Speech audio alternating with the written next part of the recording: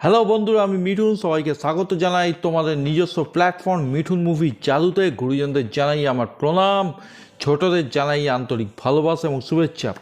আজকে কথা বলবো অনন্যা মামুন পরিচালিত, মেগাস্টার শাকিব খান অভিনীত দরদ মুভির অফিসিয়াল ট্রেলার নিয়ে। দরদ কি হতে পারলো মানুষের মনের দরদ, আজকে বলবো এই ভিডিওতে। আমার ব্যক্তিগত মতামত এই ট্রেলারটা নিয়ে। সঙ্গে থাকো, দেখতে থাকো মিঠুন মুভি জাদু।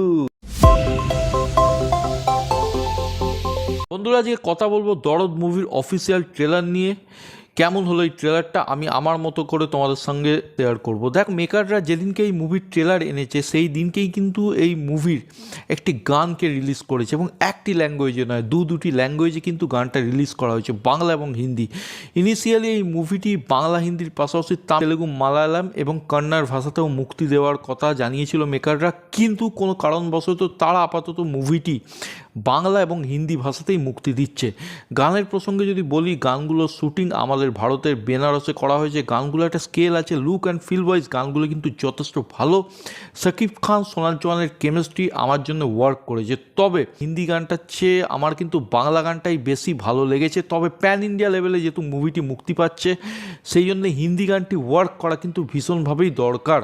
এবার যদি ট্রেলার প্রসঙ্গে কথা বলতে হয়, ট্রেলারটাকে আমি দুভাগে ভাগ করতে চাই। ট্রেলারের শুরুতে শাকিব খান এবং সোনাল চৌহানের কিছু রোম্যান্টিক দৃশ্য রাখা হয়েছে, এবং ট্রেলারের আরেকটি পার্টে রাখা হয়েছে কিছু ইন্টেন্স দৃশ্য শাকিব খানের।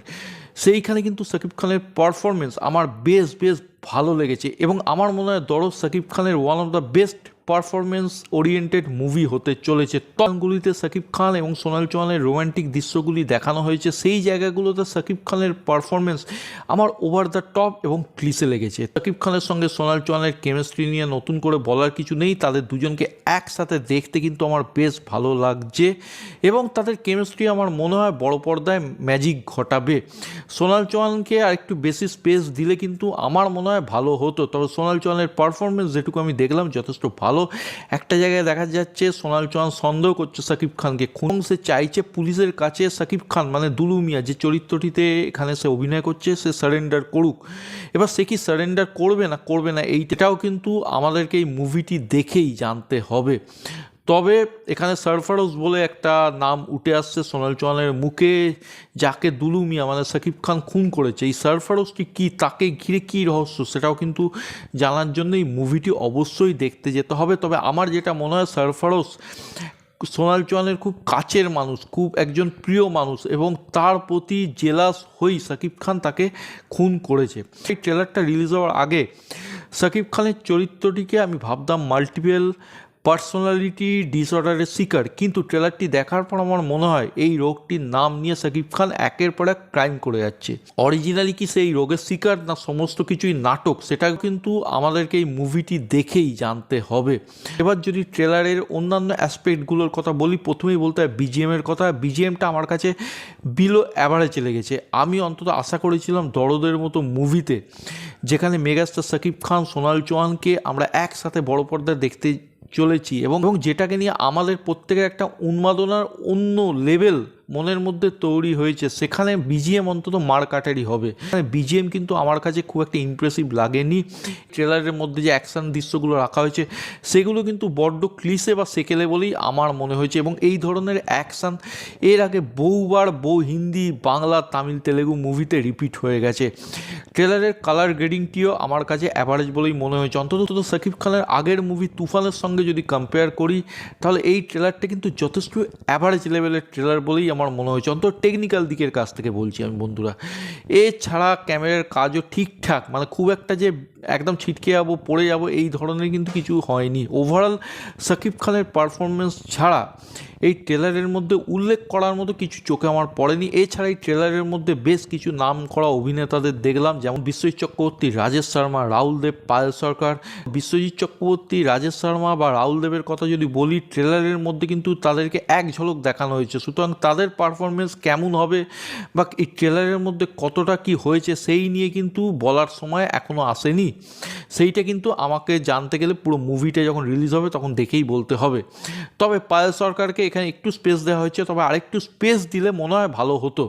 তবে যেটুকু পায়েল সরকারের আমি পারফরমেন্স দেখলাম, একটা ডিসেন্ট পারফরমেন্স, খুব একটা যে ছিটকে যাওয়ার মতো পারফরমেন্স তিনি দিয়েছেন ট্রেলারের মধ্যে অন্তত, সেটা আমার মনে হলো না। তবে এই ধরনের মুভিতে কি হয় যে অ্যান্টি হিরো থাকে, তাকে যে টক্কর দেবে মানে তার এগেনস্টে যে দাঁড়াবে তাকেও কিন্তু সেই রকম পারফরমেন্সটা দিতে হবে। যেমন রিসেন্টলি আমি দেবের যদি টেক্কা মুভির কথা বলি, টেক্কাতে দেবের অপোজিটে রুক্মিণীকে দাঁড় করানো হয়েছিল, সেখানে কিন্তু রুক্মিণীর পারফরমেন্সও কিন্তু মাইন্ড ব্লোয়িং ছিল, কিক্যাস ছিল।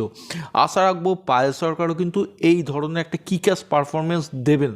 এবং বলিউডের দিওয়াঙ্গি মুভিটির কথা আমি এই প্রসঙ্গে বলতে চাই, দিওয়াঙ্গি মুভিতেও যে অজয় দেবগন কিন্তু শাকিব খানের মতো একটি চরিত্রে অভিনয় করেছিলেন যার মাল্টিপল পার্সোনালিটি ডিসঅর্ডার ছিল, এবং অজয় দেবগনের অপোজিটে কিন্তু অক্ষয় খান্নাকে দাঁড় করানো হয়েছিল, এবং অক্ষয় খান্নাও কিন্তু কাঁধে কাঁধ রেখে পারফরমেন্স দিয়েছিলেন, মানে যাকে বলে সেয়ানে সেয়ানে টক্কর। সেই ব্যাপারটা যদি এই ধরনের মুভির ক্ষেত্রে না ঘটে তাহলে কিন্তু মুভিটা কিন্তু সেই ম্যাজিকটা দিতে পারবে না যে ম্যাজিকটা এই ধরনের গল্প ডিমান্ড করে। তবে এখানে একটা শাকিব খানের পাস্ট থাকতে চলেছে, তবে আশা করব সেই পাস্টটা যেন খুব একটা সিম্প্যাথেটিক না হয়, কারণ এই ধরনের চরিত্রের প্রতি যদি মানুষ একটা সিম্প্যাথি জন্মে যায় না তাহলে কিন্তু সেটা হিরো ওয়ারশিপ টাইপের ব্যাপার হয়ে যাবে।